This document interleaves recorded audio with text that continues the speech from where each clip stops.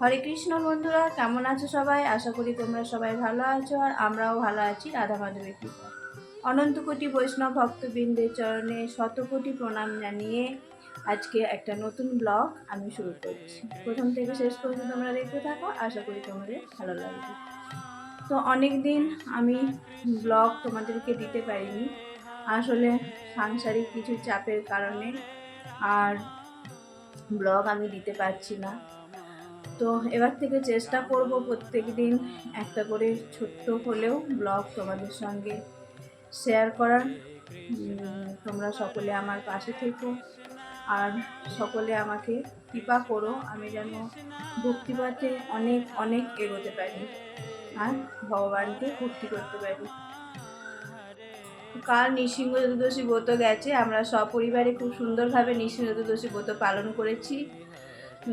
তো আর ভগবান নৃসিংহদেবের জন্য কাল দুপুরে অন্ন ভোগ বানিয়েছিলাম, অন্ন 7 রকমের ভাজা, পরমান্ন।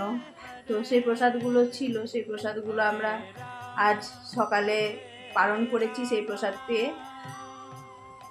তো তাই আর সেরকম খিদে নেই, তো আবার দুপুরের ভোগ রান্না করতে ওই জন্যই দেরি হয়ে গেছে, এখন 12টা বাজে। আর বিশেষ কিছু রান্না আজ করব না, ভগবানের জন্য দেখি একটা সবজি আর চাটনি আর অন্ন করব। আমি এবার রান্নাগুলো করে নিই। তো এখানে আমি দেখো ঝিঙেগুলোকে লম্বা লম্বা করে কেটে নিয়েছিলাম, তারপর ঝিঙেগুলো নুন হলুদ দিয়ে তেলে ভেজে নিয়েছি। আর এখানে কড়া গরম করে কড়াইয়ে তেল গরম করে তার মধ্যে লঙ্কা 5 ফোড়ন দিয়ে আর লম্বা লম্বা করে আলুগুলো কেটে নিয়েছি, সেই আলুগুলো দিয়ে দিয়েছি। এবার আলুগুলো নুন হলুদ দিয়ে ভালোভাবে ভেজে নেব। তারপর আমি এখানে মশলাটা করে নিচ্ছি। মশলার জন্য এখানে নিচ্ছি পোস্ত, সর্ষে আর অল্প আদা কুচি আর অল্প দুটি তিল। তো তোমরা এরকমভাবে ঝিঙে দিয়ে আলু দিয়ে এই সর্ষে পোস্ত দিয়ে করে দেখো, খুব ভালো লাগবে।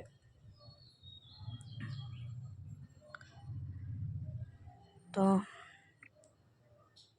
এই যে মশলাটা করে নিয়ে আলুগুলো ভাজা হয়ে যাওয়ার পর তারপর মশলাটা দিয়ে দিলাম, তারপর ওর মধ্যে পরিমাণ মতো হলুদ গুঁড়ো, জিরে গুঁড়ো, ধনে গুঁড়ো দিয়ে তারপর ভালোভাবে মশলাটা কষে নেবো আর পরিমাণ মতো লবণ দিয়ে দেবো। আর ওদিকে গ্যাসে অন্নটা ফুটিয়ে বন্ধ করে রেখেছি।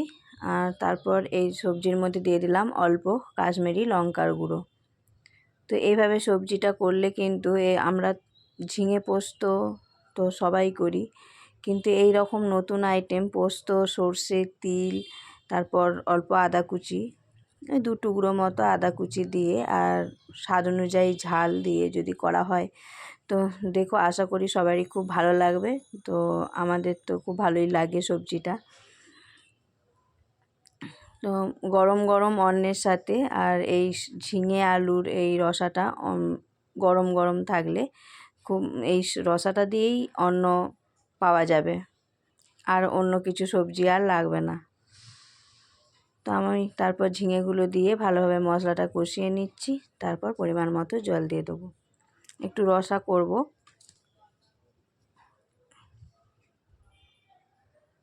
যাতে অন্নের সাথে মেখে প্রসাদ পাওয়া যায়, কারণ আর কিছু তো ডাল করব না।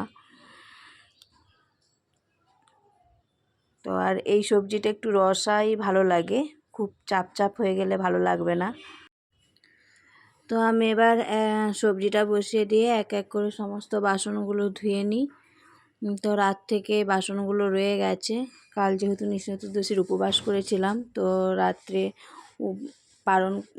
উপবাস ভঙ্গের পর আর ভালো লাগেনি, খুব টায়ার্ড হয়ে গিয়েছিলাম। তো বাসনগুলো ওই জন্যই সব রয়ে গেছে। তো এক এক করে আমি সমস্ত বাসন ধুয়ে নিলাম।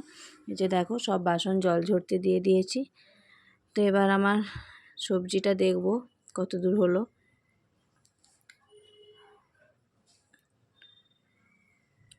তো অন্নটা হয়ে গেছে, অন্নটা আমি ফ্যান ঠেসিয়ে দিলাম, ঝরতে দিয়ে দিলাম।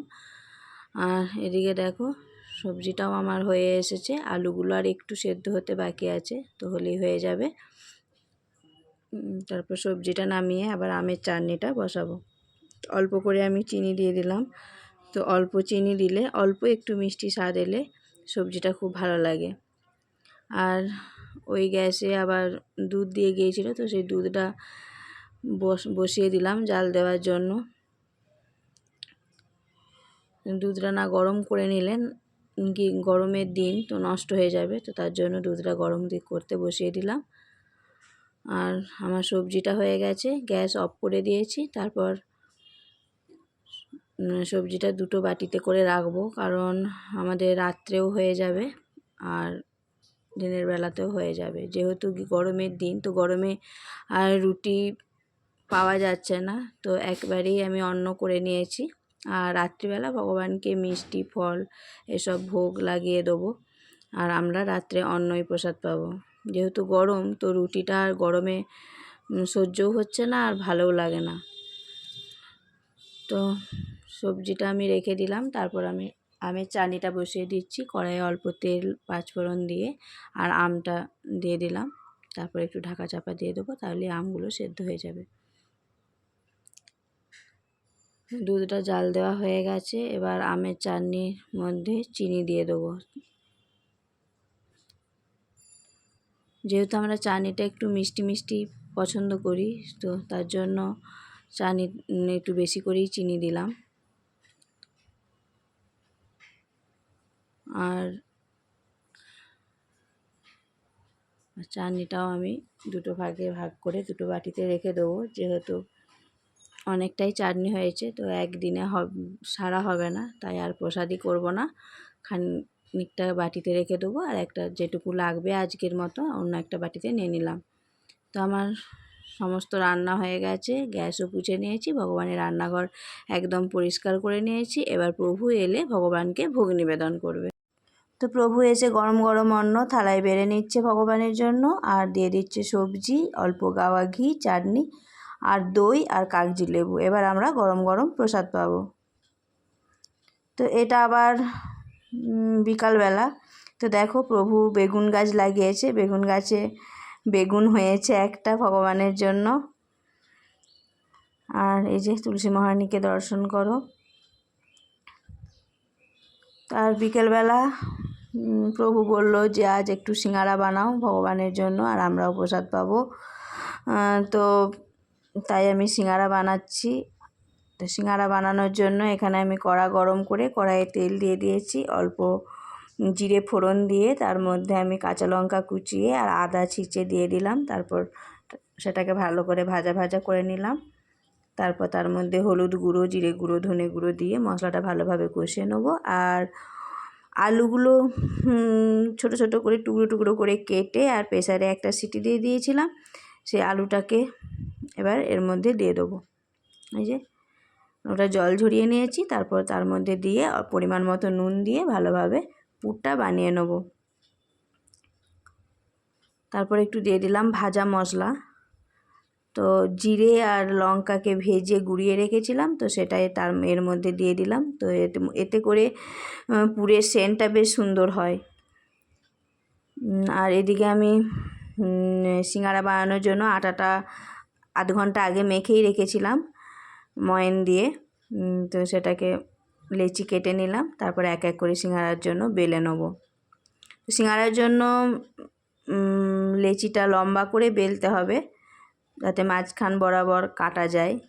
তো দেখো কেটে নিচ্ছি।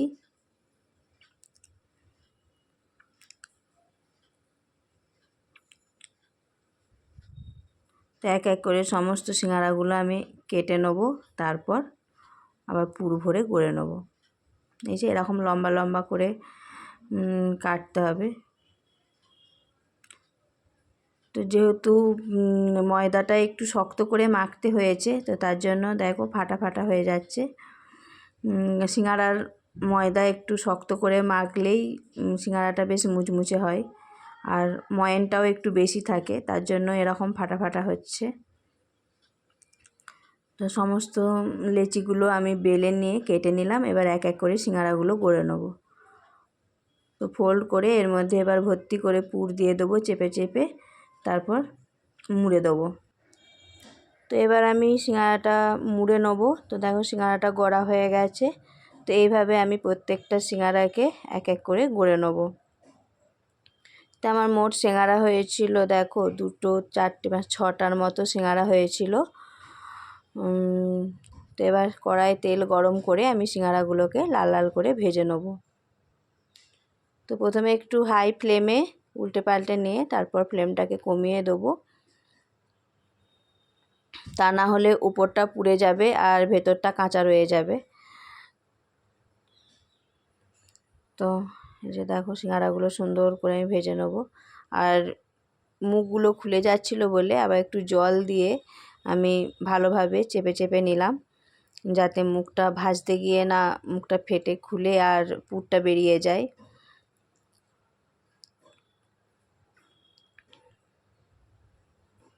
তো গরম গরম সিঙ্গারা এবার ভেজে নিয়ে ভগবানকে ভোগ নিবেদন করব। তো আমরা ভোগ নিবেদন করে প্রসাদ পেয়েছিলাম। তো সিঙ্গারাগুলো কিন্তু খুব ভালোই হয়েছিল, একদম দোকানের মতো। দোকানে আমরা যেমন সিঙ্গারা খাই তো সেরকমই সিঙ্গারাগুলো হয়েছিল।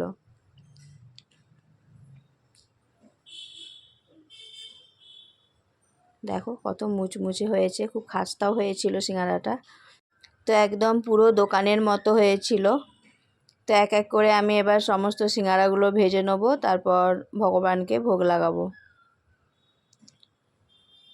তো আমি এদিকে সিঙ্গারাগুলো ভাজছি আর ওদিকে ছেলেকে বললাম যে ভগবানকে ভোগটা লাগিয়ে দে। তো ছেলে ভগবানকে ভোগ লাগাতে চলে গেছে। তো ছেলে ভগবানকে ভোগ লাগিয়ে এলে তারপর আমরা গরম গরম প্রসাদ পাবো। এই যে ভগবানের প্রসাদ তোমরা দর্শন করো। আজ এ পর্যন্তই, দেখা হবে পরের একটি নতুন ব্লগে। হরে কৃষ্ণা, শ্রীল প্রভুপাদ কি জয়।